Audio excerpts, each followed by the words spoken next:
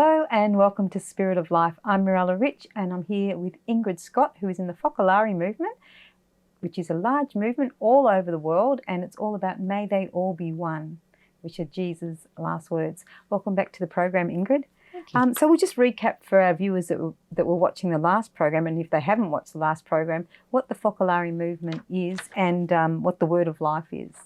Sure. So the Word of Life is a phrase from Scripture that people who know the Focolare Movement try to put into practice. So there's a commentary that comes out once a month on a phrase from Scripture that's that we can try to live in practical ways. Yeah, beautiful. Well, I'll start by continuing the Word of Life because we started it in the last program. And so this Word of Life is from January 2026. And the phrase from the Bible is, "There is one body and one spirit, just as you were called to one hope when you were called." So Paul calls us back to hope. But what is hope, and why are we invited to live it? Hope is like tender shoot. It is a gift, a responsibility, and a task. We are called to guard it, nurture it, and help it bear fruit for the good of all. I love that, how they're actually even holding this delicately, like it's like a flower. You can't just spread it out. You've just got to just hold it, nurture it before, someone says, no, that's never going to happen, or, it gets trodden on. Yeah. Did you want to say anything about that verse? I guess hope is what we all need to hold on to. I guess so, what keeps us going. What the reason we have faith is that we have hope in God's providence and in God's care for us. It's beautiful too, and even when you don't know what's going to happen, like say for example if you're traveling or whatever, a lot of the time you don't know where you're going to go or what's going to happen on that trip, and on that journey when you're traveling, like physically, literally, there's so many beautiful things happen, and you think, well, that could only be God that's provided that. Yes, isn't it? Absolutely. So that's like your hope. You're going in hope. Yes. Beautiful. So we'll keep going unless there's anything else you want to say on that moment. Okay, for this moment.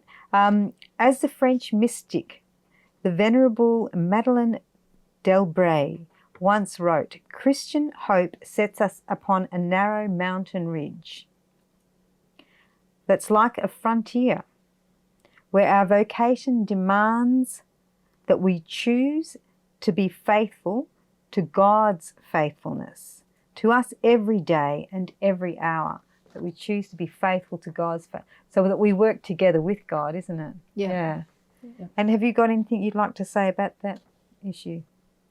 I guess, choosing to remain with God's faithfulness. I guess it's choosing. It's like choosing to love every day, but to reach out to other people.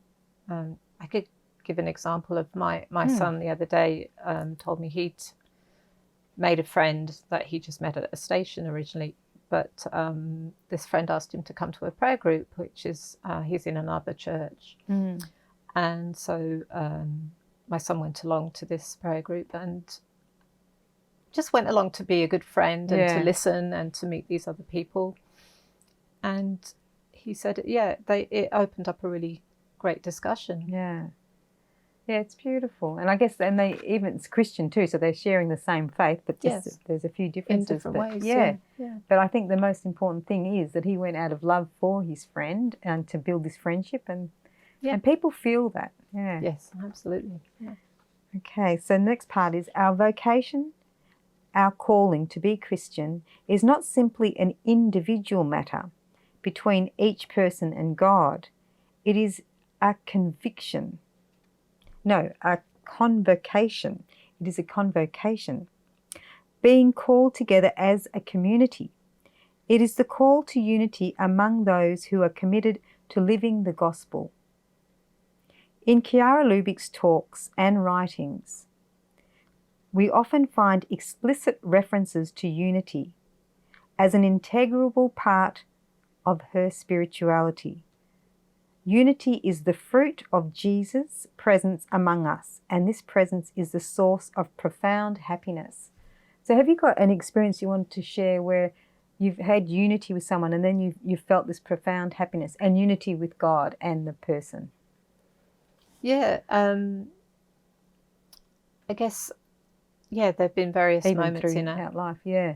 There's like, in our lives, in our family, say with my husband Dean, that where we've tried so hard to be there out of love for one another, even when we've had a disagreement or something, that to start again together. Yeah, and that's when we might get the light to understand, what to do in a particular situation. That's beautiful, because I mean, oftentimes in marriages, people might sort of like go head to head and they don't get anywhere, and and nothing happens, or they split up, or they'll do this. But if you keep trying, it's beautiful. Yeah, and you can and that's a good example for the children as well. To always with love. But I mean, some marriages start again. Yeah, I guess some marriages aren't meant to be, I guess, and so you've got to be sort of wise about that as well. But if you feel the love, and the love blossoms. So let's go to the next part. If unity is important for Christians, then it follows that nothing is more opposed to our vocation than failing to live unity. So unity is the most powerful part of our faith. To love Jesus in our neighbour, to love Jesus himself, to love God.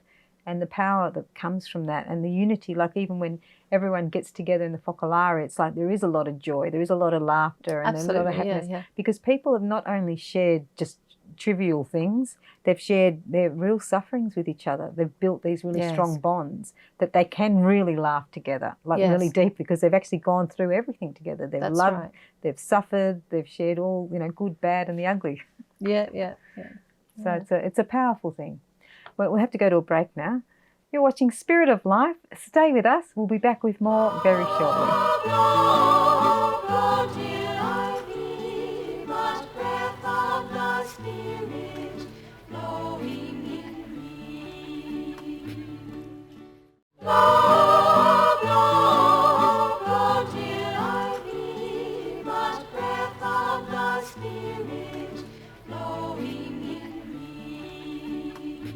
Hello and welcome back to Spirit of Life. I'm Mirella Rich and we're here with Ingrid Scott, and we're talking about the Focolare Movement, and particularly the Word of Life, which is a verse from the Bible that the Focolare study each month. Welcome back to the program, Ingrid. Thank you.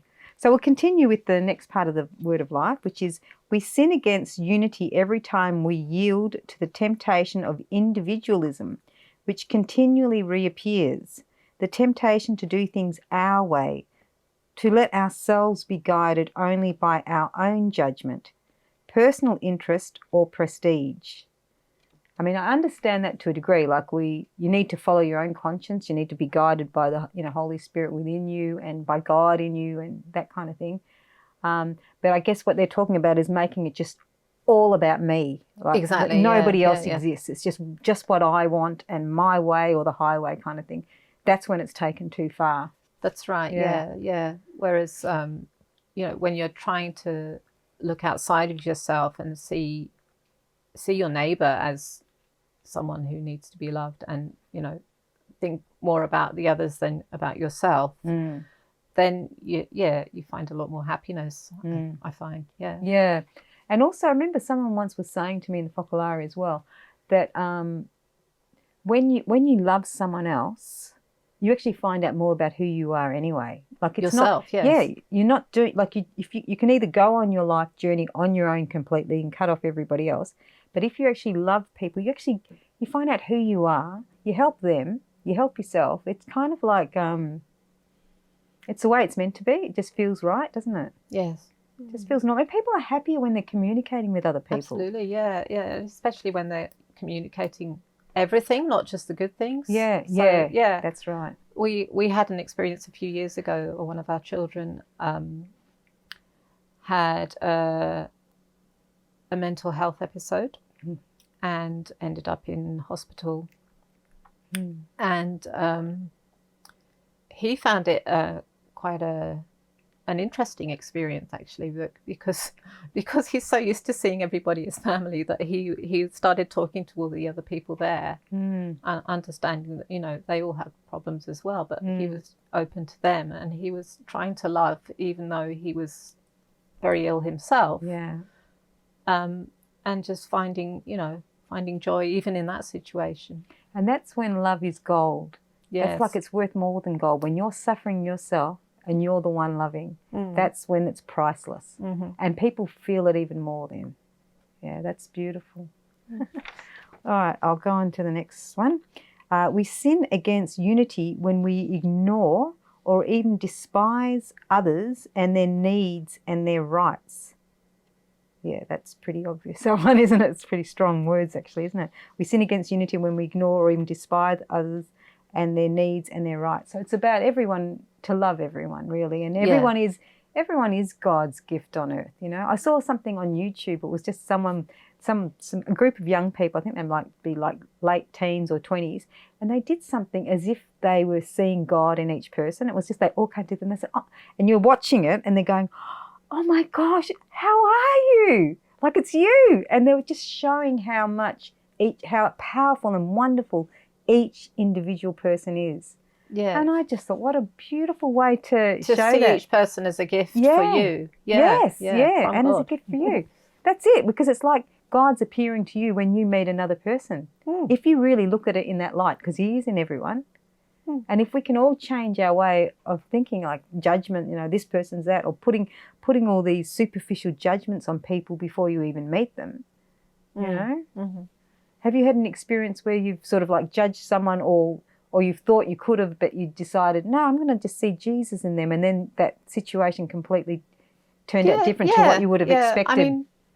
I mean, when I used to go out to work, I started in a temp job at a university, and I was told that the person I was going to be working with was quite difficult. And I thought, well, I'll sort of decide for myself. Yeah, so you've already had you've had it kind of framed for you before you start. Yes, but I just, you know, tried to be as friendly as I could, and we became good friends in the end. So See, it's just so powerful just to love, really. Yeah. Because when we make that decision to love, that's when God comes in and helps as well, because that's who he is.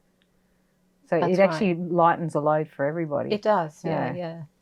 Because we can have heaven on earth, you know, if we love. You know, we can change this earth if everyone loves one another.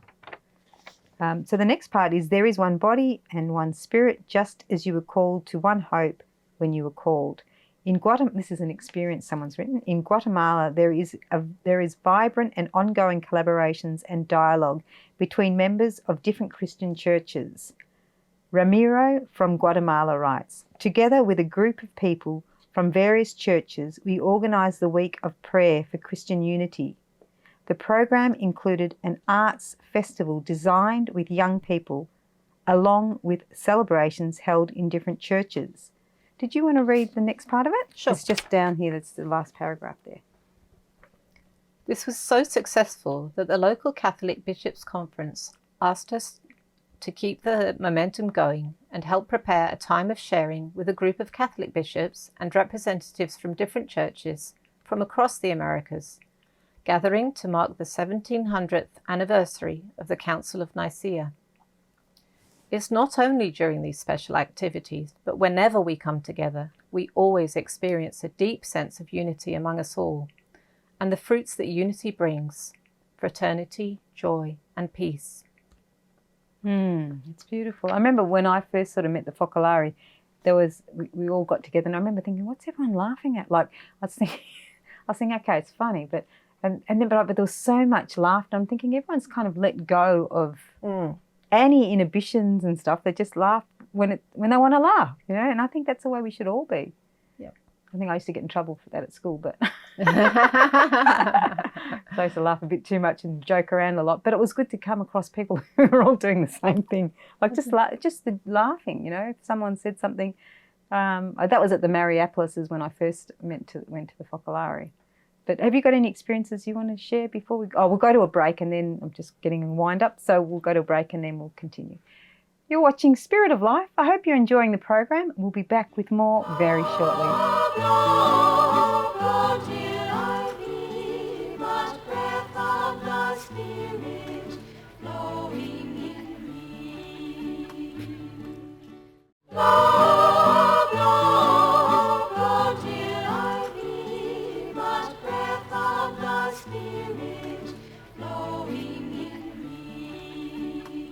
Hello and welcome back to Spirit of Life. I'm Mirella Rich and we're here with Ingrid Scott, who is in the Focolare Movement. We're talking about unity and sharing our difficulties on our journey through life and loving one another.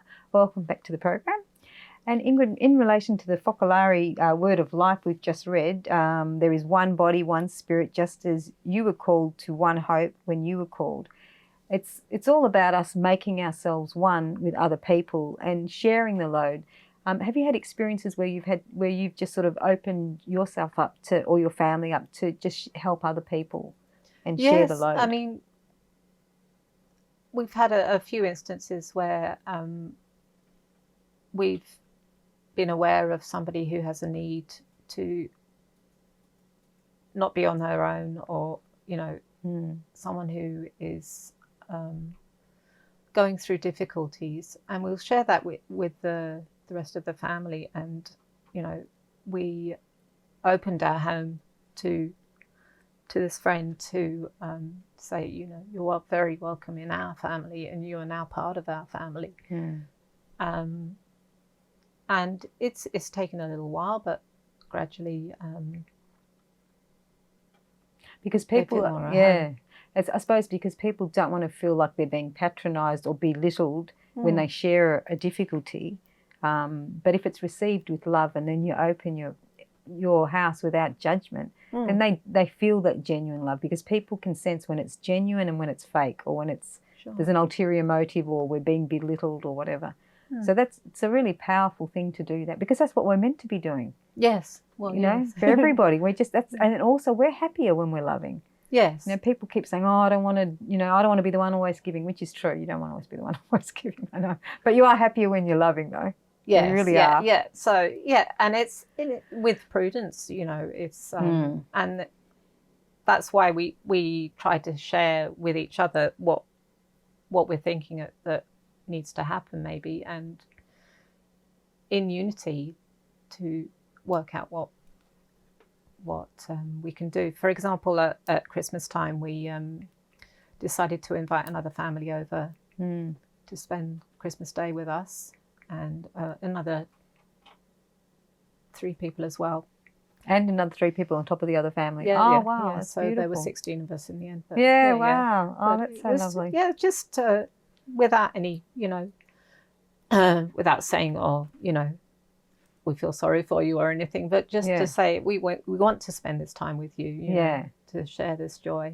Yeah, that's beautiful. And it's lovely when people do that at Christmas time too, like bring people together, because some people just, like I remember once 2 of my brothers went down into the city square on Christmas. We'd had our whole big family Christmas lunch, and maybe one of the other neighbours or someone popped in as well. Sometimes we would do the same. We'd open, this is my parents when I was a daughter, when I was with my family.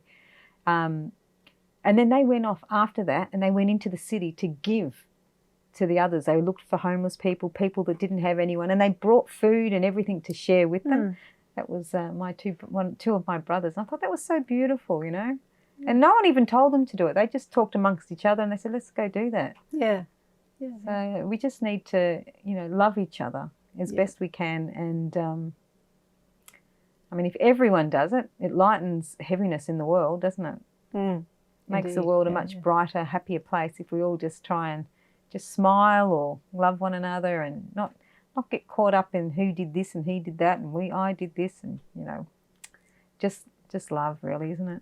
That's right. And you're also working in the parish. Can you tell us a little bit about that? Sure. In our parish in Ringwood, we've been trying to build up the community after COVID. I think a lot of parishes found that people had fallen away or, you know, gone and done other things with their Sundays or whatever. Yeah. But our community is coming back to life, and we're really trying to nurture that, give people a space to connect with each other after Mass, for example.